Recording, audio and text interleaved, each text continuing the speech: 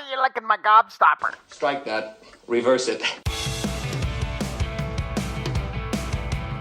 Fancy punks! Lick my plate! Drainage! It'll be 10 minutes where it's like a Steven Soderbergh Ocean's 11 movie. It's all slick and funny and stuff. Then just the most horrific shit imaginable happens. It's because that's what the fucking movie's about, you asshole. This fucking guy. The Tree of Life is freaking awesome. I'm sure you think it is. Fade it to black. Oh, you are fucking this up. Neon slime. Gangster movie douchebag. Well, forget about it. Yeah, forget about Been it. cinematique where I like, I like the sets and I like all that stuff. What did you say? Cinematique? I don't know. Jared Leto, man. You're the worst, dude. If you ever listen to this, Jared Leto, you are the fucking worst. I'd rather watch that dude, the English dude, who looks like he's not done yet. This movie is the opposite of getting laid. Thank you to all our listeners who have been listening to us for over a year now. Subscribe to us on Apple iTunes, Spotify, YouTube, and any other platform that has podcasts. Visit our Patreon page, become a Patreon to get more additional content. Again, we appreciate you listening and keep watching those movies. Now, on with the show. I just love this podcast. I love this podcast. I don't love much, but I love this podcast. Welcome to Tales from the Video Store!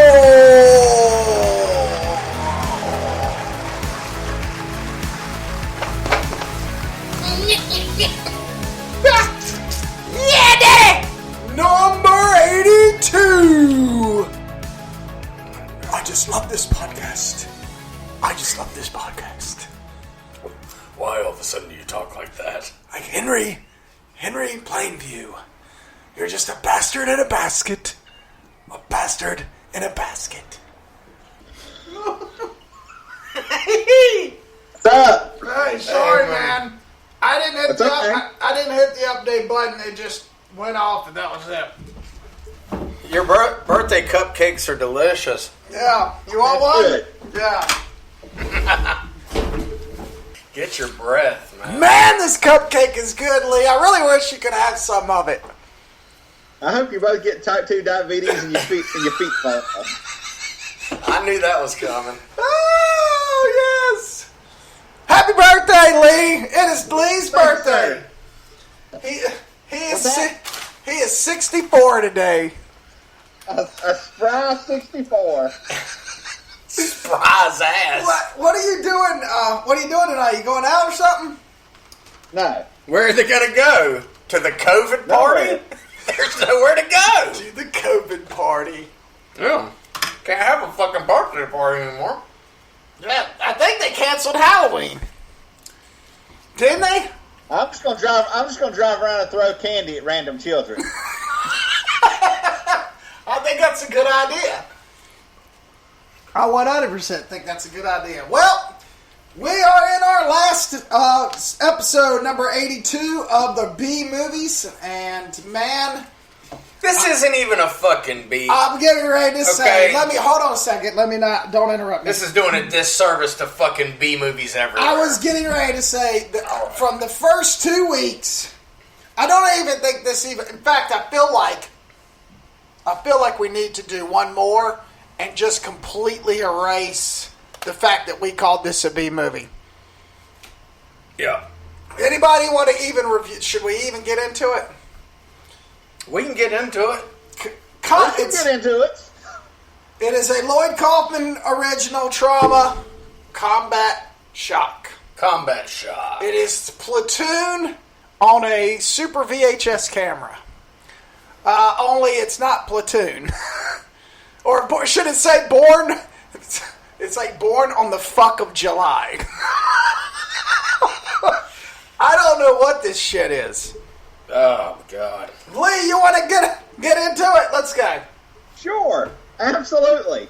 It's a movie. If you've ever sat around and watched a movie like Taxi Driver, and you just think to yourself, "This is too upbeat for me," this might be the movie for you. Because literally nothing. Like it's just horribleness for 90 minutes. Yeah. You know, I mean, Yeah. like It's terrible. it's like, yeah. I mean, a guy comes back from Vietnam and he has a shitty job, and his wife's pregnant, and their previous kid is like birth defects from Agent Orange, and then a bunch of terrible shit happens, and then he goes insane and murders everybody, and that's the end of the movie. That's exactly And right. it's the way you described it actually sounds cool. Yeah. But this was the fucking anti-cool. This hurt to watch. Lloyd Kaufman should have hired Lee to pitch the movie to the. You're damn right. He might have gotten a little bit more money. You're damn right he should have. Oh, God. It is awful. It is. There's nothing good about this movie. The worst sign for a movie is when you're in the opening fucking credits and I already want to turn it off. That is the worst sign that you could possibly have. Just the worst sign. 10 seconds in, you're like, nope. Yeah, I was like, oh God, no, I have to sit through this? Did you make it through, Lee? I skipped around a bit. I too would be lying if I said that I sat and watched all 93 minutes of this. I did get up and wash some dishes, and I think I did some laundry while it was on, and I think productive. That's good. I came back to see this fucking asshole shoot himself in the face, and thank God for that, because this was just this might be the worst movie we've ever covered on the show. That's how much I would agree hated with it. that. I think it's the worst thing we've ever covered. Mouth of Madness? Mouth of Madness is like fucking Schindler's List compared to this. This is fucking... It's not even filmmaking to me, dude. It's just fucking... Oh, man. It's... Garrick, we could have fucking made this in 1993... This is my argument. With a $500 budget, and it would have been better than this fucking piece of shit. If you would have been able to cut in, footage of Vietnam like they did, we could have easily done this, and the acting would have been even better. Yeah, this is the problem right here. These are the movies right here that I wonder, I get turned down a lot with my pitches and my scripts, and I'm like, but yet this shit gets made. Yeah. It doesn't make any money, though. I mean, it doesn't make any money. I'm certain it made some money. Trauma does some sort of subscription, $5 a month. You can watch shitty Trauma. Their whole library, yeah. Yeah, I mean, but does anybody... I don't know, man. Lee, I'm interested to hear what you said, what you have to say about this, or do you have anything at all remotely to say about it? Not really. It's just not very good. I mean, it's like, yeah. And yeah. When I was a kid and I first started really liking movies, when I would see something like this come on, I hated it. And I know that Trauma and they've got a massive Is it a massive following, though? community of fans, and they're the anti-me. They filed for bankruptcy 3 times. Did they have any fans? I don't know, man. I really don't care. The only thing I got more than we do. Yeah, the only thing I got from this was that that goddamn baby thing, man. Jesus Christ. Yeah. Stop fucking feeding it. Kill it. Do it. I mean, fuck, man. That was the hardest thing in the movie to sit through, was the parts with that fucking little baby puppet thing. God. Ugh. Yeah. Horrible.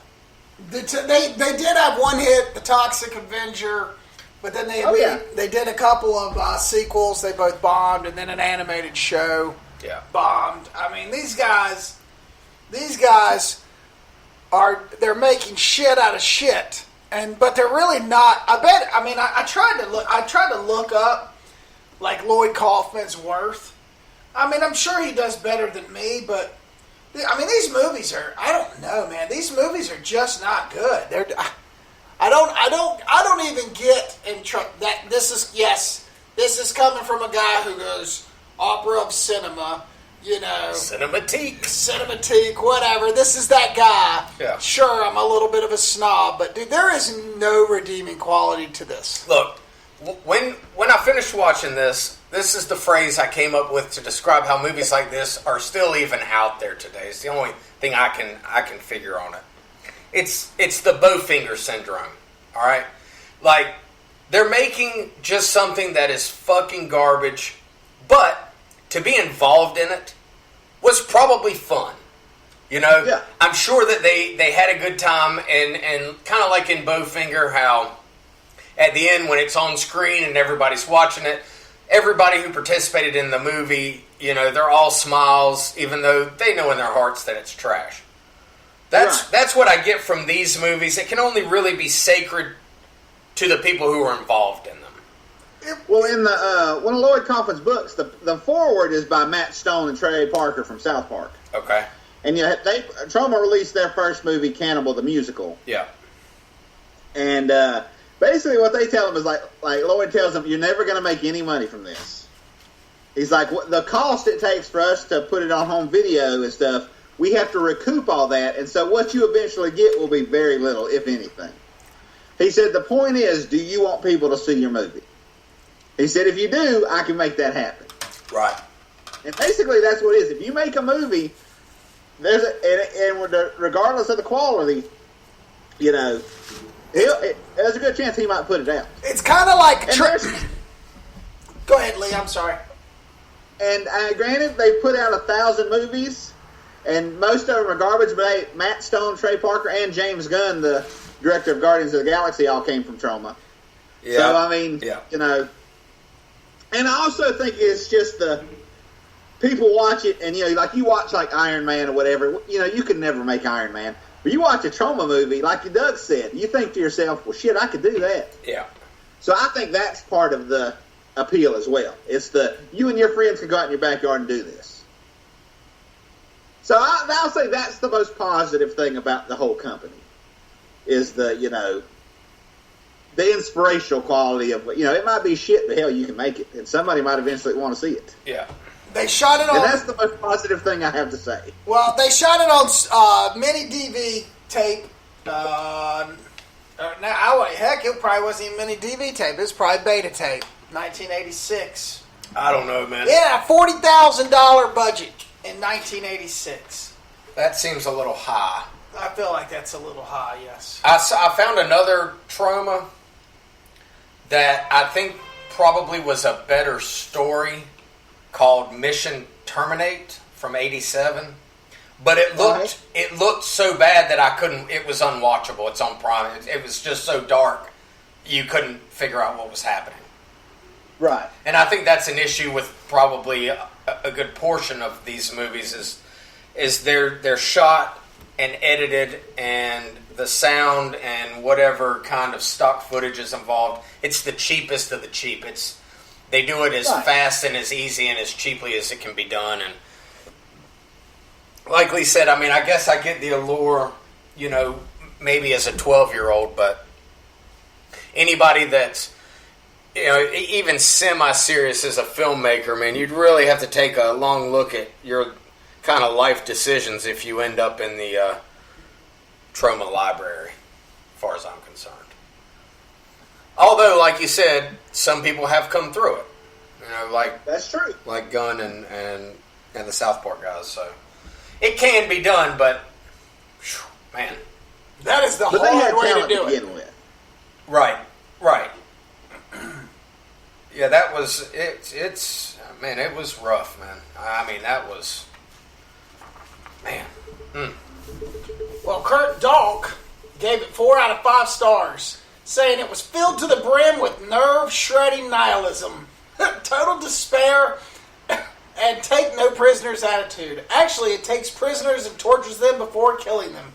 Combat Shock is one of the bleakest films you'll ever have the chance to see. It's so bleak, it's almost laughable. But the pathos is too real, even with the mutant baby. This guy watched a different movie, didn't he? No. He's just like a Troma apologist, or he's like, oh, but you're not seeing what it really is. It's like, you're a fucking art critic. Go fuck yourself, right? You know. I would agree with that. Yeah. Yeah. It was hard to get through, man, and it's frustrating.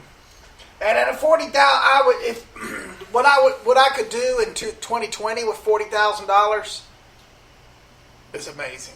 It would be an absolute amazing feat of what I could do. Of course, we have, we have different avenues now. I guess back then, if $40,000 was the estimated budget, probably 20% of or 20,000 of that was probably beta was tapes, VHS tapes and distribution, probably, right, Lee? Yeah, and also you got to, they probably had it transferred to, if it, had it transferred to other. A lot of that was probably post production once Troma bought it. Yeah, I would imagine. Because what they do is they find these movies that are made, and then they sort of polish them up as best they can, and add things, maybe add like when they brought Cannibal the Musical, they said you got to shoot like 10 more minutes of violence. Yeah, he has those things where, hey, you got to have some sex, you got to have something in it. Right. And that's probably where a lot of the money went to. Yeah. And the rest like of craft services. Thing was always like Roger Corman's thing was always like, you got to have nudity, you got to have violence, you got to have a monster or a car chase or something. But other than that, you can do whatever you want. Well, I will say this is pretty cool. They Troma actually holds a Troma Dance Festival at the same time as Sundance Film Festival in Park City. Just to be there. I mean, that's kind of cool. Just to be there, just to piss people off. Yeah. I do respect that. Yeah, absolutely. Because there's a bunch of assholes in Park City. Absolutely. I kind of respect the fuck you-ness of that. Yeah. Absolutely. Absolutely. Oh, I get the company. I mean, and I understand that whole kind of mentality, the anti-establishment. Like punk rock. Right. But it's just, fuck, man. You can have you can have a good ethos, but it doesn't mean that your product isn't absolute fucking garbage. So, very similar to a lot of punk rock. But that's true. Anyway. Well, April 7th, 2010, Kaufman had confirmed a PG-13 remake of Toxic Avenger with Akiva Goldsman, the client writer, as the producer. Whatever happened to that? I'm sure he probably got paid and it all fell apart. Yeah, probably. Goldman sobered up. Yeah, it was like, I said, what? Yeah, probably. He probably went to AA and started going, you know what, I don't have to do this. Yeah. And then in 2005, Troma launched Troma Now. $5 a month, you can see all the shitty movies in the Troma library. And man, there are some shitty ones. Is there any that are remotely, like, would you tell people that they should see Toxic Avenger? Not really. I mean, it depends on the person. Like when I was 8, I loved it. Yeah. Because I talked my mom into renting it because it said superhero on the box. I was like, see, I should watch this. And I thought it was great. But now, I don't know. Yeah. Well, it's definitely disrupting movies. And I don't know, man. I mean, he's done something. He's made some sort of empire, even if he's filed bankruptcy 3 times. I mean, I don't know. You know who he is. You know the name of his brand. Yeah. And we're sitting around talking about him. So, as much as we may hate what he's doing, he's still doing it. He's still doing it. I don't say I hate it. It's just not for me. Like, when it's just like, I don't know. It's like there's music you like when you're 13, and then when you're like 25, you're like, oh, that's shit. It's just, eventually, anybody who's like 47 is still really into Troma movies, they probably, they probably need some psychological counseling. Agreed. It's like, I don't know. It makes. I won't say I hate it. It's just not for me. It makes me feel like Garrick said, like I feel like a movie or a film snob when I watch this. I'm like, garbage! Get it out of my face! You know, like I'm above it, which is fucking terrible way to be, but that's how I feel when I'm watching these. I just feel like, God damn, man, really? I don't know. And it may have to do with like a certain jealousy aspect. It's like, damn, you know, fuck, wish I could have done that. Or some, you know, Yeah, maybe. taken an opportunity and made something and, you know, maybe it not be terrible, but it would have been terrible. Right. Of course it would have been terrible. Well, his net worth is $5 million, so he's doing better than I am. All right. So there you go. Yeah. Lloyd Kaufman. I mean, that's crazy. He's made... But think about that. That's probably what Christopher Nolan gets to write his next movie, and that's how much Lloyd Kaufman is worth after making 150 shit movies on mini-DV. I don't know. Anyway, well, what about Poultrygeist? No, so it's just not for us, huh? It's just... I have seen Poltergeist. Trauma is just It's not for you, Garrett. It is definitely not for me. It's not for me, and I even gave it another shot, watched another Trauma movie just to make sure I was right. I tried, and you just couldn't watch it. Yeah, it's pretty unwatchable. So there you go. Don't watch it. Or do. What? Hey, It's up to you. I don't give a shit what people do. Yeah, I don't care, but god damn. We need to do another B movie, maybe a canon movie. Anybody have an idea? We've got to do another one. We have to redeem this week. Yes. Well, I just saw that on, I think it's on Prime, Invasion USA and I think Life Force are both on there. Okay. Invasion USA. Let's do it. Look, All right. little Norris action. Little Chucky baby. We haven't done any Chuck Norris. Yeah, we have, you fucking asshole. We did some Chuck. All right, well, there you go. So, guys, we're going to do Invasion USA to redeem Combat Shop for this week. Nice. All right, cool. Well, what did you watch? Did you watch anything else that might be a little bit better than Who are you talking to? Combat Shock? Either one of you. I sure as fuck did. Did you? Yeah. Okay. What'd you watch, Doug? Was it better than Combat Shock? Everything I watched was better than Combat Shock. Everything I watched was mid-'80s. I think I watched one early '90s movie. And I didn't watch anything that I hadn't seen before, which I always try and do. But some of these I hadn't seen in quite some time. But they're all very good movies in my opinion. But they are all completely different styles of movies. So the first movie I watched was the original Fright Night from 1985. Nice. With Charlie and Peter Vincent Brewster. Oh, yeah. Chris Sarandon plays just an awesome vampire who moves next door to this kid, and the kid starts to kind of see him doing some kind of shady stuff, and you know, is on this, there's a vampire next door, and nobody believes him, and Peter Vincent is a guy that kind of hosts like old school movies that he played in the 60s and 70s, I guess, 50s, 60s, and 70s. And, you know, old horror movies, and he's kind of like a vampire hunter kind of guy.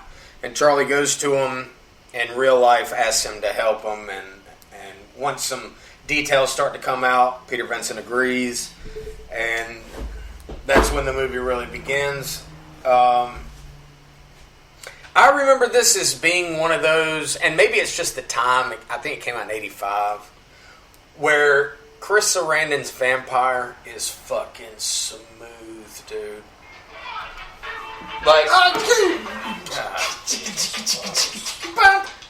I never had any doubt about him. Like, when he goes into that nightclub to pick up Charlie's girlfriend, like, every girl there is, like, looking at him. He's just, like, that smooth, that suave kind of vampire. He's not really menacing. He's just smooth. And before that, yeah, there were smooth ones, but he's the first one that I remember being like, yeah, now that's how you do it. Smooth like that. I like that. Because, yeah, he was scary, but not overtly scary. You know, He was more smooth. He was out to get the ladies, and I liked that. The practical effects in it are awesome. His buddy Evil, when he turns into a wolf and then he transmorphs back into a human. That's a really cool effect, I thought. That's an awesome sequence. Yeah, the caretaker for Chris Sarandon, he kind of melts, I guess, and it looks... Question, do you think, is he a zombie? I don't know what he is, man. I still don't know. Yeah. Maybe, possibly, like a non-rotting style zombie. I don't know. Right.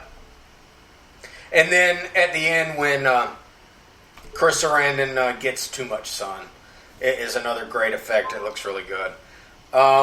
It's just an awesome 80s production. This came out, like a couple of years after, like 2 or 3 years after Combat Shock.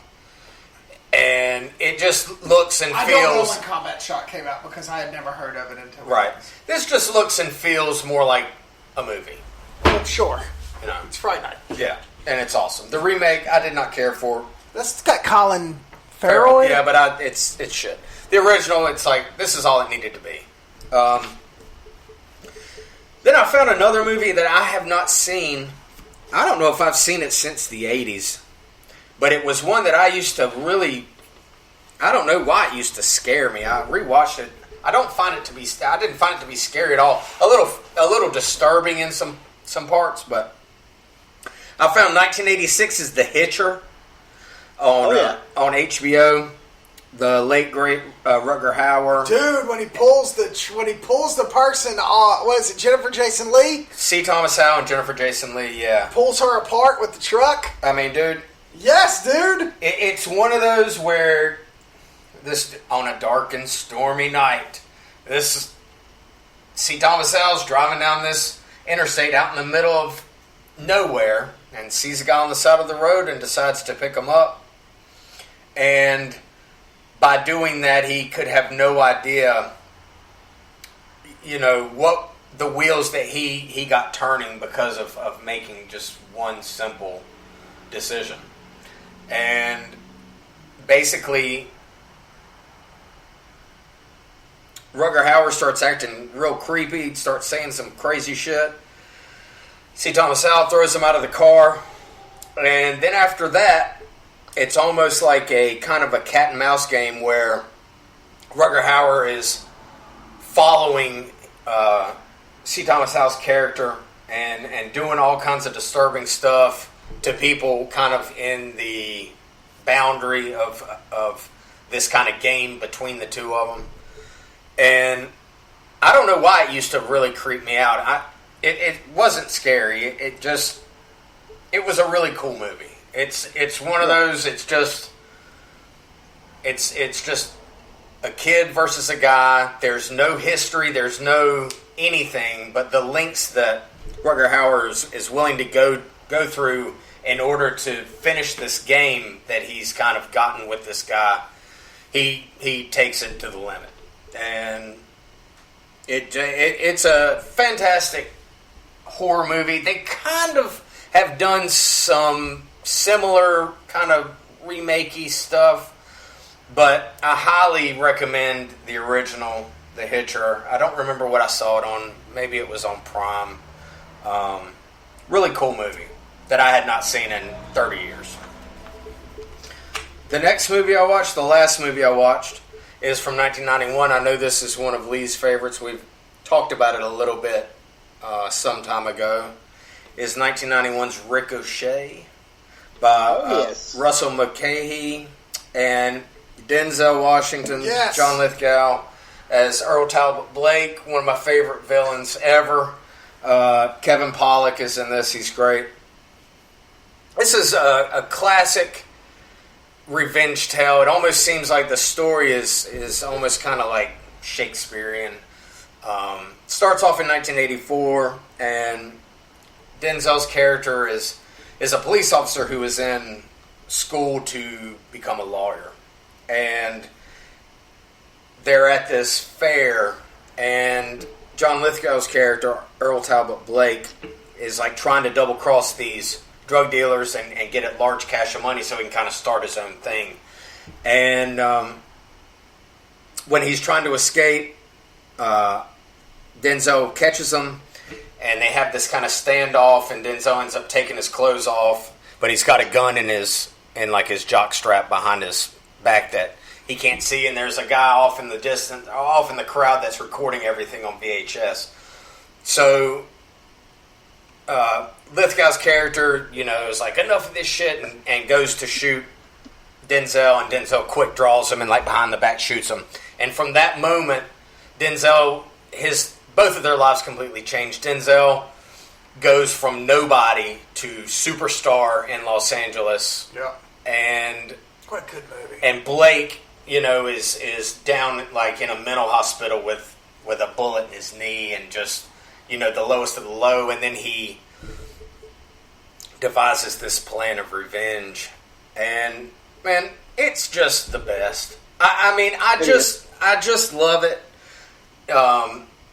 There's a fight scene in this where John Lithgow is fighting against Jesse Ventura. They've got like phone books wrapped around them with these big like handmade weapons, like fucking gladiator style.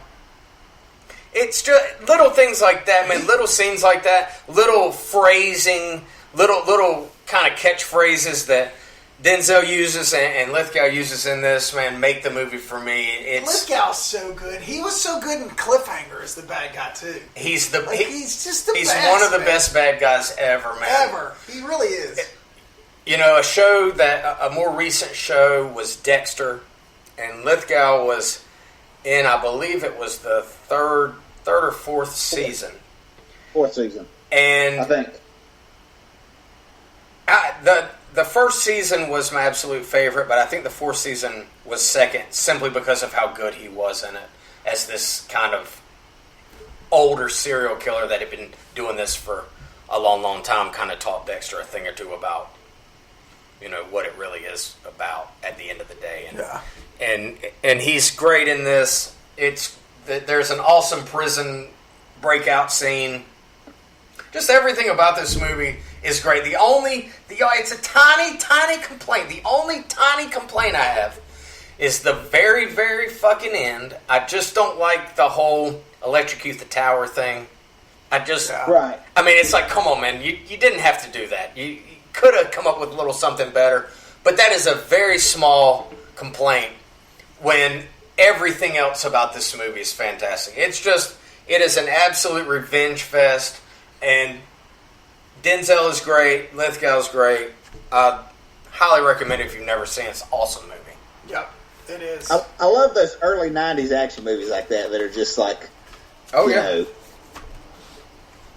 like just so, I don't know, like, they just seem so different than action movies now. Like, They got a cool, there's like a cool thing to it, like a cool aspect. Yeah, I don't know what it is. It's cool, yeah, exactly. Maybe it's the actors. Like I don't know. As much as like the Bad Boys movie that came out last year, I will not go down as a great movie, but there was just something about seeing an R-rated movie with adult actors doing stunts and stuff that it kind of made me feel nostalgic in a weird way. Yeah, because I was like, damn, this isn't. I mean, there's no giant sky beam at the end with aliens. It's just two guys who are cops, doing shit. Yeah, and like I was like, those movies will be few and far between from now on. Yeah. Which is weird because in the 80s and 90s they were everywhere. Yeah.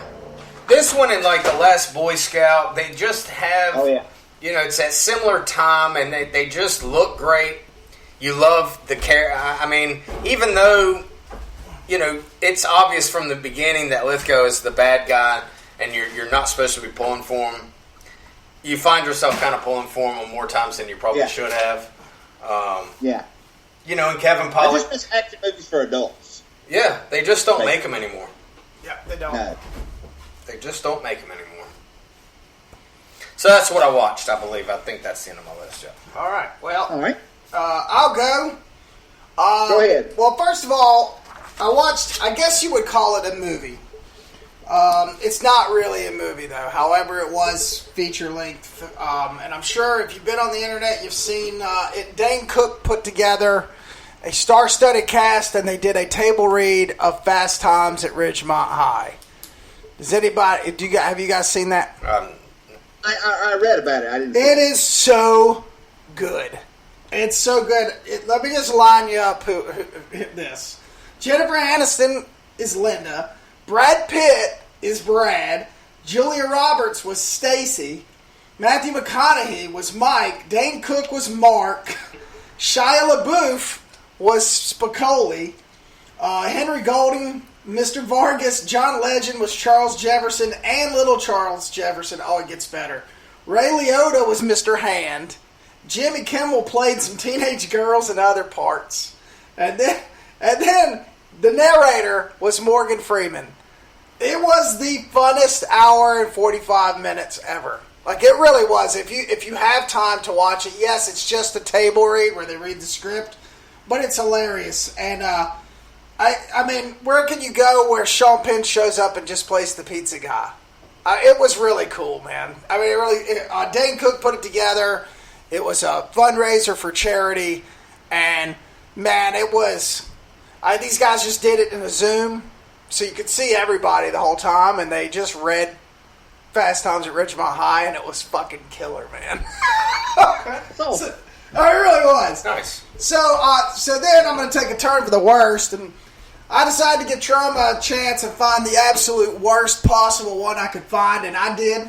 Blood Orgy at Beaver Creek. Sounds delicious. It was there was actual real dicks, fucking severed heads, rapey McSevered head here. It was god awful.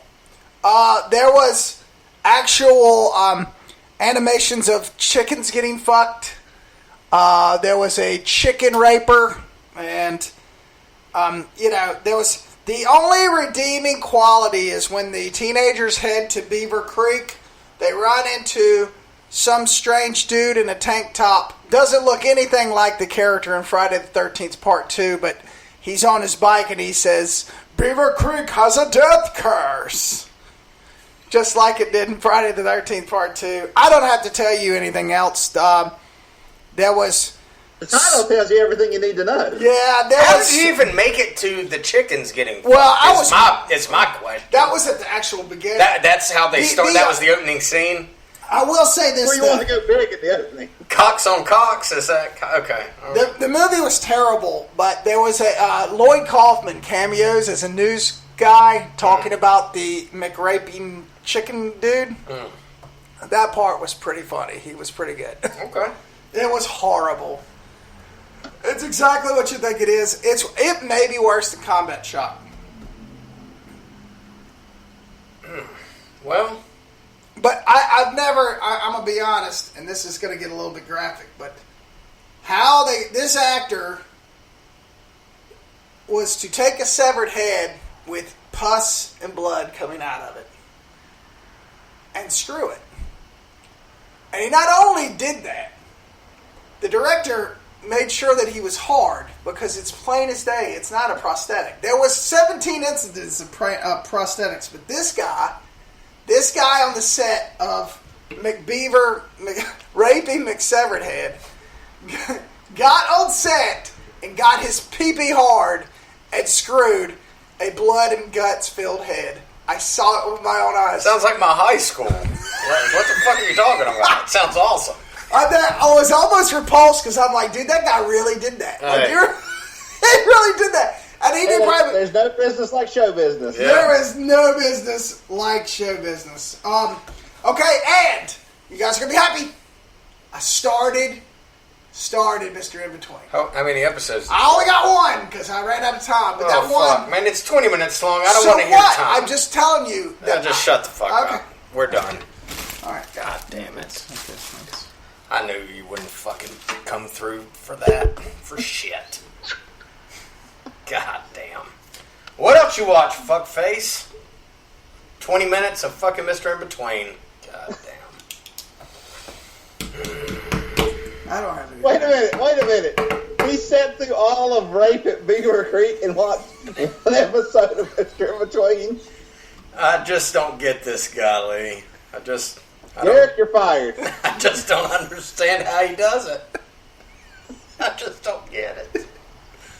Oh, God. Is he a masochist?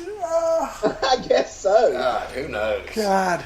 Well, please continue with watching Mr. In Between and with whatever else you watched. No, Sorry. Garrick, what did you think of the one episode? I'm good, man. I'm good. No, I'm just kidding. I was going to say, I love it. Now, the only reason, I'll give you a reason why I got through fucking Rapey McSevered head and only did one episode in Mr. In Between. Mr. In Between gets my full attention on my sofa in my bed before I go to bed. I haven't had much time lately because we had the Hickory Furniture Mart shoot this last week. I can watch Rapey McSevered head right here while I'm doing something else because I don't need to give it my full attention. And that's the reason.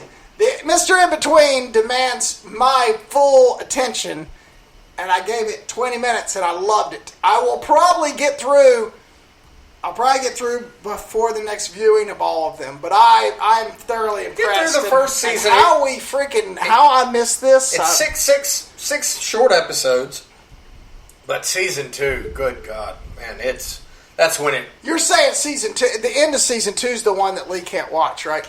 Season 2, the whole thing is just fantastic, but there are some gut-wrenching things that take place. Okay. Well, I got through the first 20 minutes of the first one. Nice.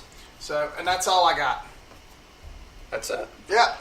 You sure? Well, I had one more movie, but I Come just... on. Okay, well, it Come doesn't on. matter, because I think you just watched it.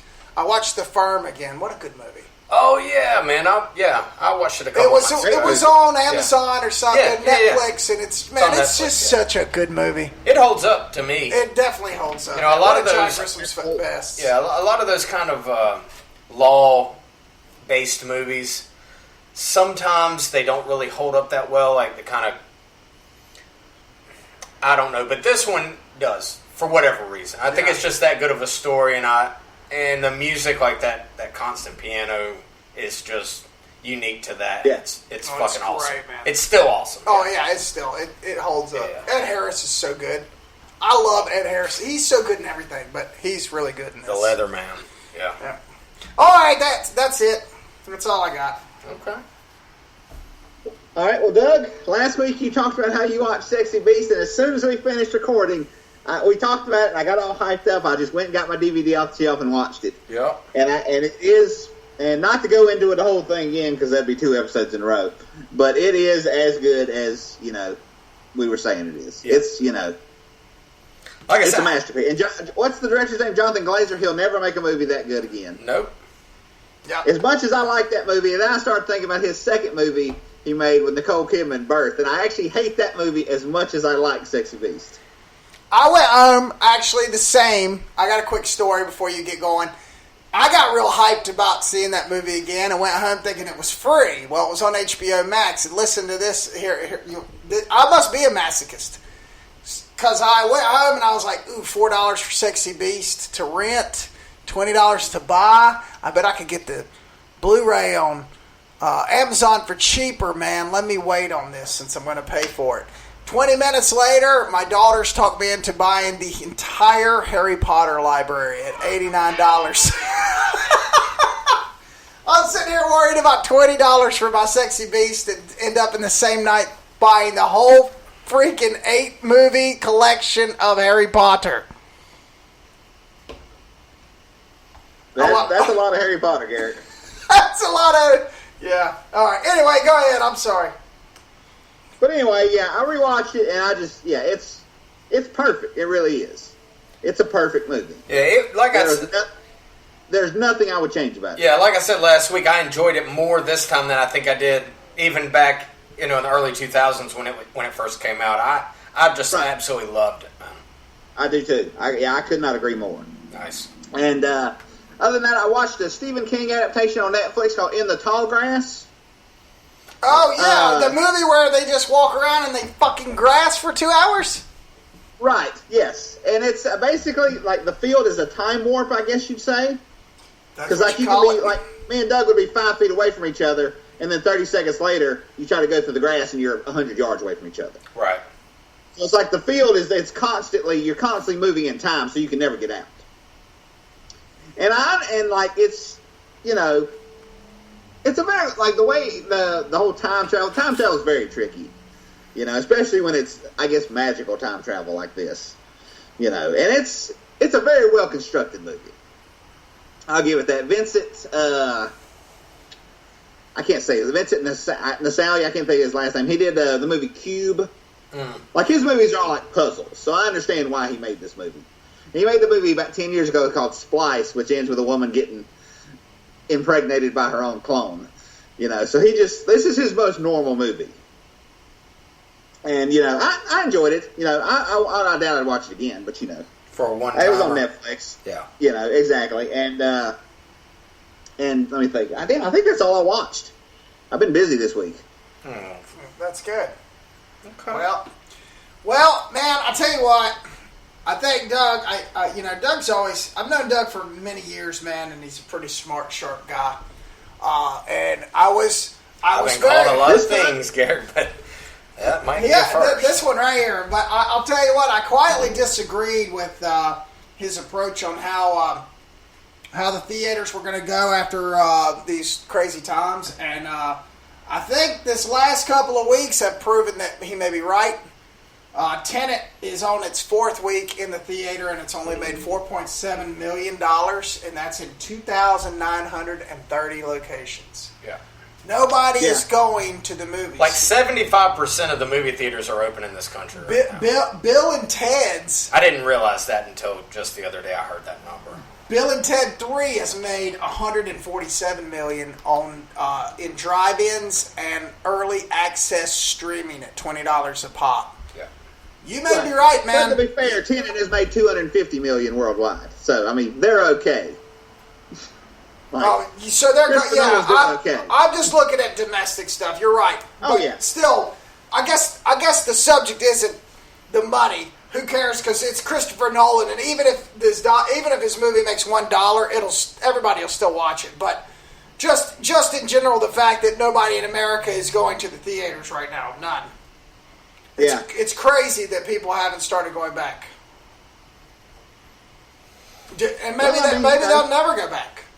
Well, I won't say never, but I just think that there's so much misinformation out there about the numbers associated with this COVID and what it is, and it depends on what news station you watch as to what you kind of believe and how you really believe that this thing is.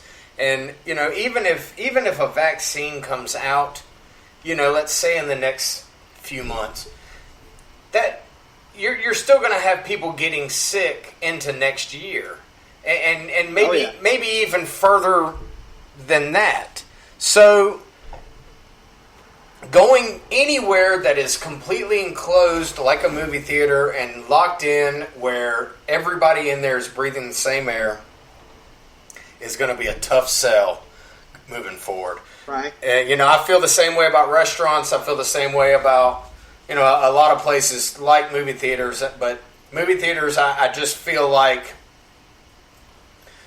people complain about how much they have to charge and all this at movie theaters. It's because, how else are they going to make any money? And and that's with them being packed out in lines, and they're still they're doing okay, but they're not doing like outstanding numbers pre-COVID. Now that this is kind of entered in, I just don't know, man. I hope that they're able to hang on, but I just I have my doubts, and I hope I'm wrong. I really do, because I love going to the theater. But I do too. I don't want to, I don't want to take my son somewhere and get him sick. I don't want to go somewhere myself and get sick just to sit through a fucking movie. I just don't want to do that. But see, ironically, what's crazy, and this there is no comparison between a movie like Tenet and the Emmys, but the Emmys did it all virtual last night or Sunday night, and it was the all-time low. So, where's the in between? So you're watching the Emmys in a different kind of style. And what the fuck are the Emmys? Right. Okay, that's what I figured you'd say. I think it's the TV stuff. I'm asking it's seriously like the because Oscars. I don't fucking It get It's it. like the Oscars for daytime It's TV. TV Or awards. it's the Oscars for TV. Okay. So they did it all. Jimmy Kimmel hosted it. Yeah, but they did it all via Zoom. Right, but it was still, people didn't watch it. Like, it's Who the fuck would watch it? I don't know. I don't either. Well, that's it then. Well, whatever. So I wonder where tenants making all their money. I guess Europe and Asia. I didn't realize that Asia had opened back up. They're doing just fine. Everybody's doing just fine. Well, all right then. Well, you guys want to watch? We haven't done this in a couple weeks, but I got a manager's choice. Yeah, forgot about last week's, man. It's all right. I got a manager's choice this week. If you want to watch zombies and gore and blood and bad acting done right, then you need to watch Planet Terror. Robert Rodriguez's answer to Grindhouse. It was the second part of a movie with Quentin Tarantino. It is, without a doubt, tongue-in-cheek, perfect, B-grade movie with lots of A-list actors. A-list actors acting badly and gore out the wazoo that doesn't even need it. And there's sex too. There's a great sex scene with Rose McGowan before. I guess that was pre-Harvey Weinstein. I think after Harvey Weinstein raped her or whatever he did, she's stopped working or something. I don't know. She's gone to Twitter to, crash this guy. That's all I've seen her in. This was the last movie. And ironically, I think this was a Harvey Weinstein movie. So if you can get past that rapey McFatass, Yeah. enjoy Planet Terror. I know you guys love this movie, right? I like the Tarantino half more than I do the Rodriguez half. Oh, sure. I'm It's a different funny on movie. Rodriguez, man. When he first came out, man, I thought, oh yeah, dude, he's doing it right. Like, this guy's going, like, I love his trajectory.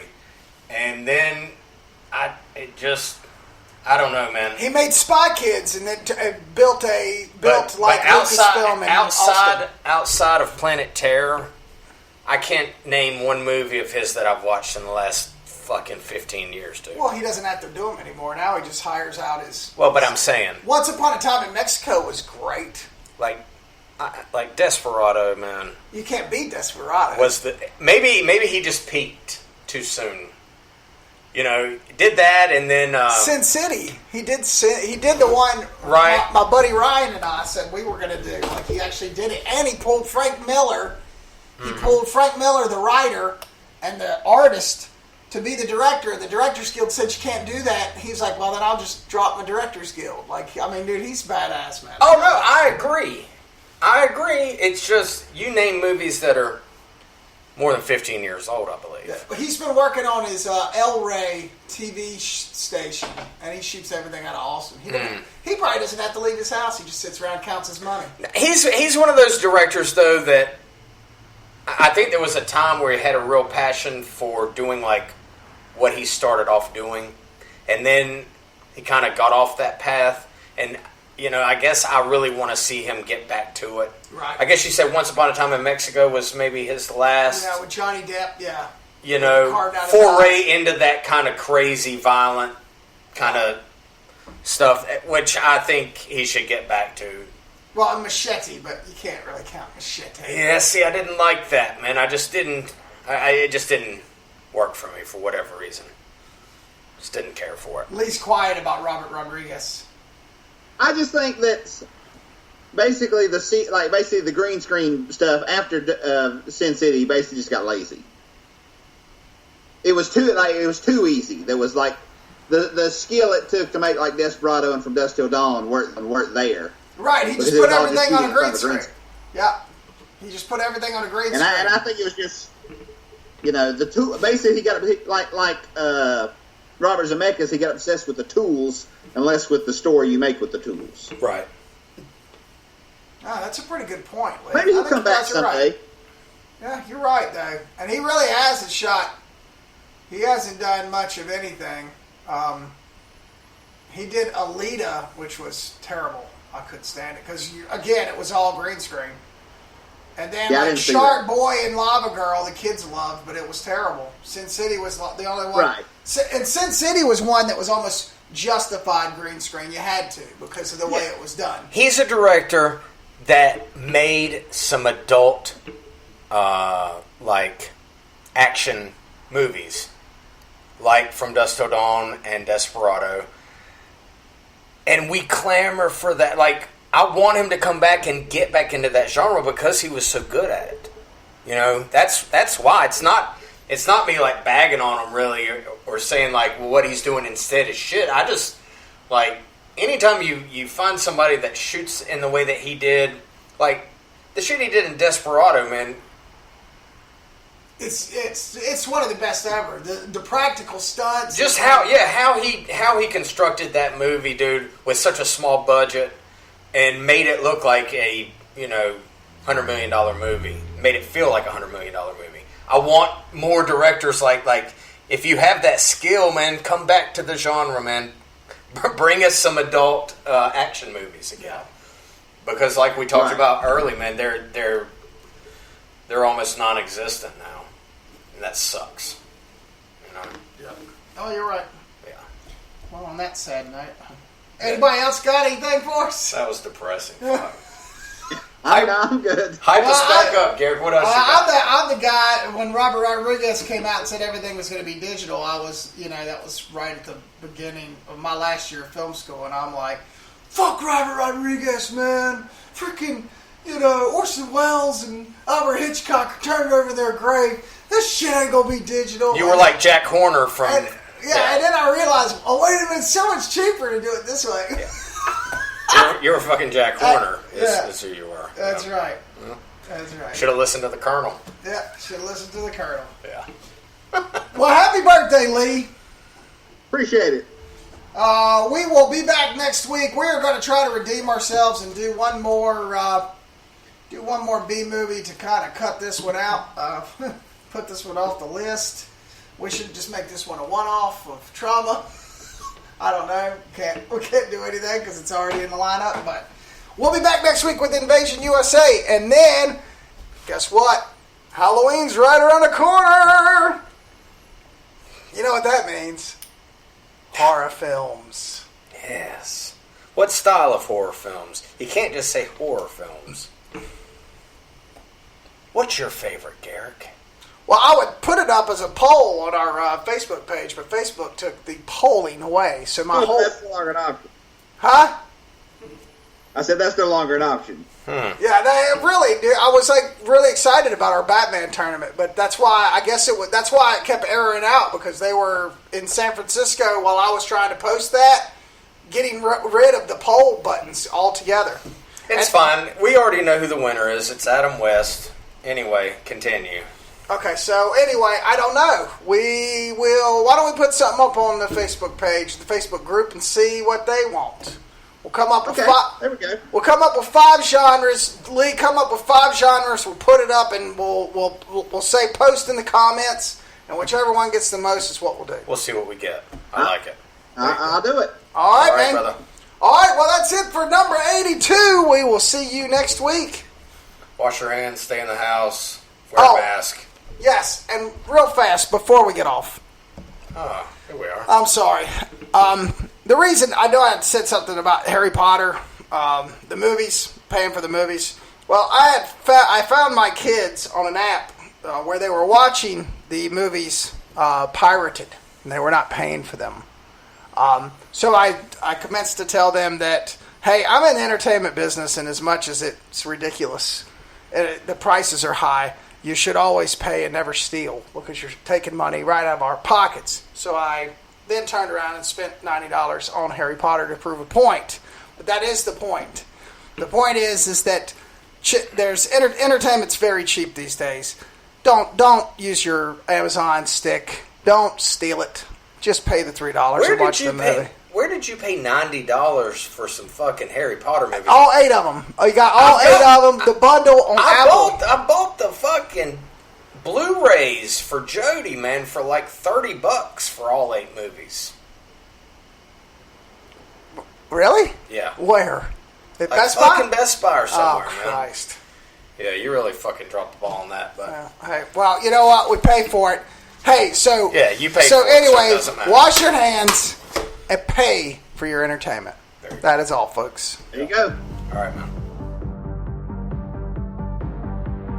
Hi, this is Lee from the Tales from the Video Store podcast, and thanks so much for listening.